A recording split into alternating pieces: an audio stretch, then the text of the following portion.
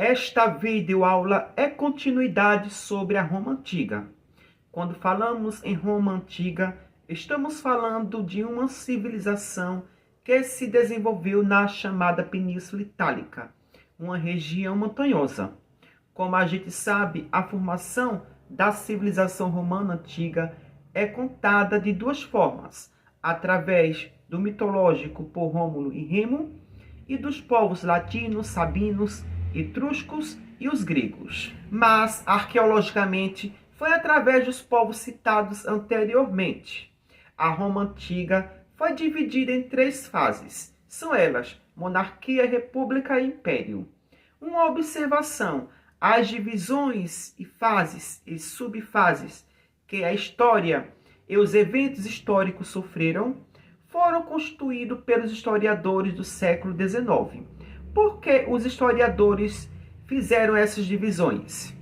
Para facilitar a compreensão e análises dos eventos históricos.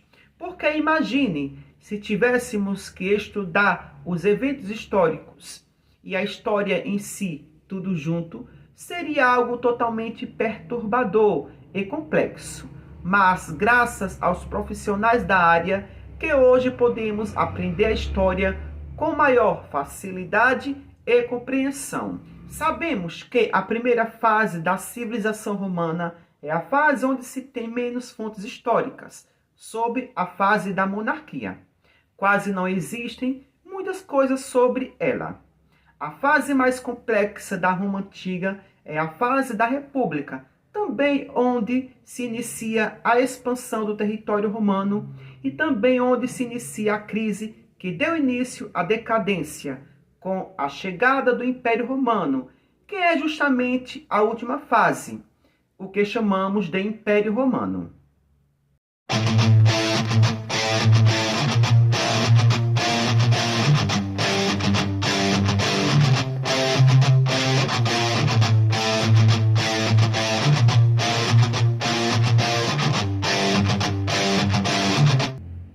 Então, a partir de agora, vou abordar um pouco sobre a primeira fase da civilização romana, a monarquia. Sabemos que a monarquia romana teve início no ano 753 a 509 antes da Era Comum. Roma começou como um pequeno reino ali na Península Itálica, como fundador Rômulo, da mitologia Rômulo e Remo. Lembrando que, antes mesmo da fundação do Reino de Roma, já existiam vários reinos. O Reino de Roma, também como monarquia romana, ou também pode ser chamado período régio, é o período onde tudo começa de uma civilização que vai se tornar um dos maiores impérios de todos os tempos. A monarquia romana começou como uma pequena vila, onde teve a presença de 7 reis, sendo os 4 primeiros latinos e os 3 últimos etruscos. Sobre a sua economia, nessa primeira fase, vai ser muito trabalhado com a agricultura, principalmente baseada nos cereais, o trigo e a cevada, como também na pecuária, na criação de animais como porcos, cabras e ovelhas. Então, tudo ainda é muito simples, mas com o tempo, Roma vai ganhando força e conquistando território e poder, principalmente com a chegada dos povos etruscos, que vai contribuir bastante para Roma, onde trouxe uma carreira militar significativa para a Roma Antiga. É nessa fase que começa a se estabelecer e identificar as divisões sociais e políticas de Roma, que vai se estender inclusive até o período do Império Romano. Vou falar um pouco sobre a organização social de Roma Antiga. A sociedade romana se organizava em clãs familiares, denominados gentes, com a figura do pater familias, ou seja, pai de família.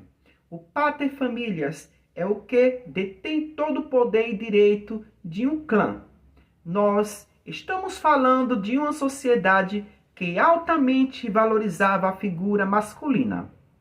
principalmente o homem mais velho daquele clã ou gente. Então, o pater familias é o pai de família em latim. Então, esse pai de família, que era o homem mais velho, tinha direito sobre sua família, de bens, de escravos e até outros membros do clã.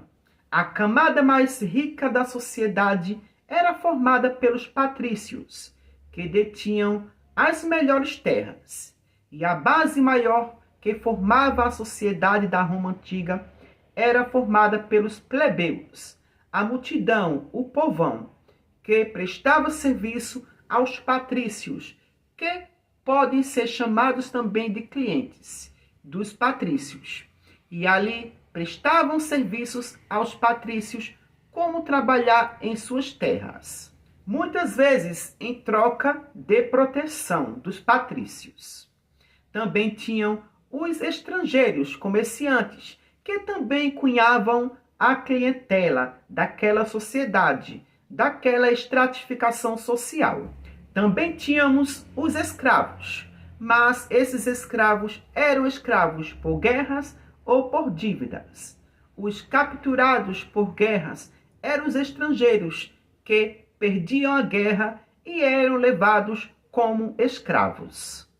Já os por dívidas eram os próprios plebeus que se endividavam com os patrícios e daí se tornavam escravos. E tinha também nos próprios plebeus, onde aquela família plebeia estava passando por uma crise muito forte. E daí vendiam seus filhos aos patrícios como escravos para poder sair da crise. As mulheres na sociedade romana antiga não tinham direitos políticos, de participar da política diretamente, mas tinham o direito de possuir propriedade, caso não existisse a figura masculina, como pater familia, ou pai de família mais velho. Elas poderiam circular livremente pelas ruas, participar de eventos, mas não poderiam participar do meio político. Irei falar um pouco agora da sociedade política, ou seja, da divisão política do Reino de Roma, ou monarquia romana, ou simplesmente período régio. A gente sabe que a monarquia romana teve 7 reis, 4 latinos e 3 etruscos. O Reino de Roma era organizado pelo rei, que detinha o poder executivo. Lembrando que o rei não tinha poder absoluto, centralizado. Isso só vai acontecer com o Império Romano. E outra, o poder do rei não era uma monarquia hereditária, ou seja, de pai para filho, ou alguém de sua família. A escolha do rei era passado pelo Senado, ou seja, o Senado era que escolhia o rei. Então, o Senado vai ser muito importante nessa primeira fase. Assim também como toda a Roma antiga, o Senado era a peça fundamental e principal. O Senado era formado por 100 patrícios dos gentes ou clãs mais poderosos, como por exemplo o poder de escolher os reis. Também tinha a função de aconselhar os reis e legislar sobre os plebeus. Também tinha a Assembleia das Cúrias, que era presidida pelos próprios reis, e tinha como função ratificar as ordens dadas pelo poder executivo. Então, já falei um pouco de toda a estrutura da monarquia romana, ou Reino de Roma, ou simplesmente período régio. Agora vem a pergunta: por que então o período monárquico romano acabou? Existem diversas causas, mas o fator principal foi a chegada dos povos etruscos, que culminou com a expulsão do último rei, Tarquínio, o Soberbo. Então, os últimos 3 reis etruscos foram eles: Tarquínio Prisco, Sérvio Túlio e Tarquínio o Soberbo. Para algumas fontes históricas, a partir dessa época, o poder passou a ser transmitido por linha hereditária, pelo fato que o Tarquínio o Soberbo era filho do rei Tarquínio Prisco. Enfim, o Tarquínio, o soberbo, queria governar acima do Senado, onde ele estava anulando leis, e também houve uma grande intolerância religiosa por parte dele, onde ele mandou destruir vários templos religiosos sabinos.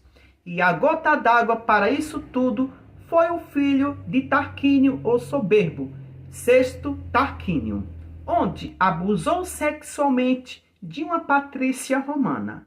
Os patrícios eram que detinham a maior influência política e poder em Roma.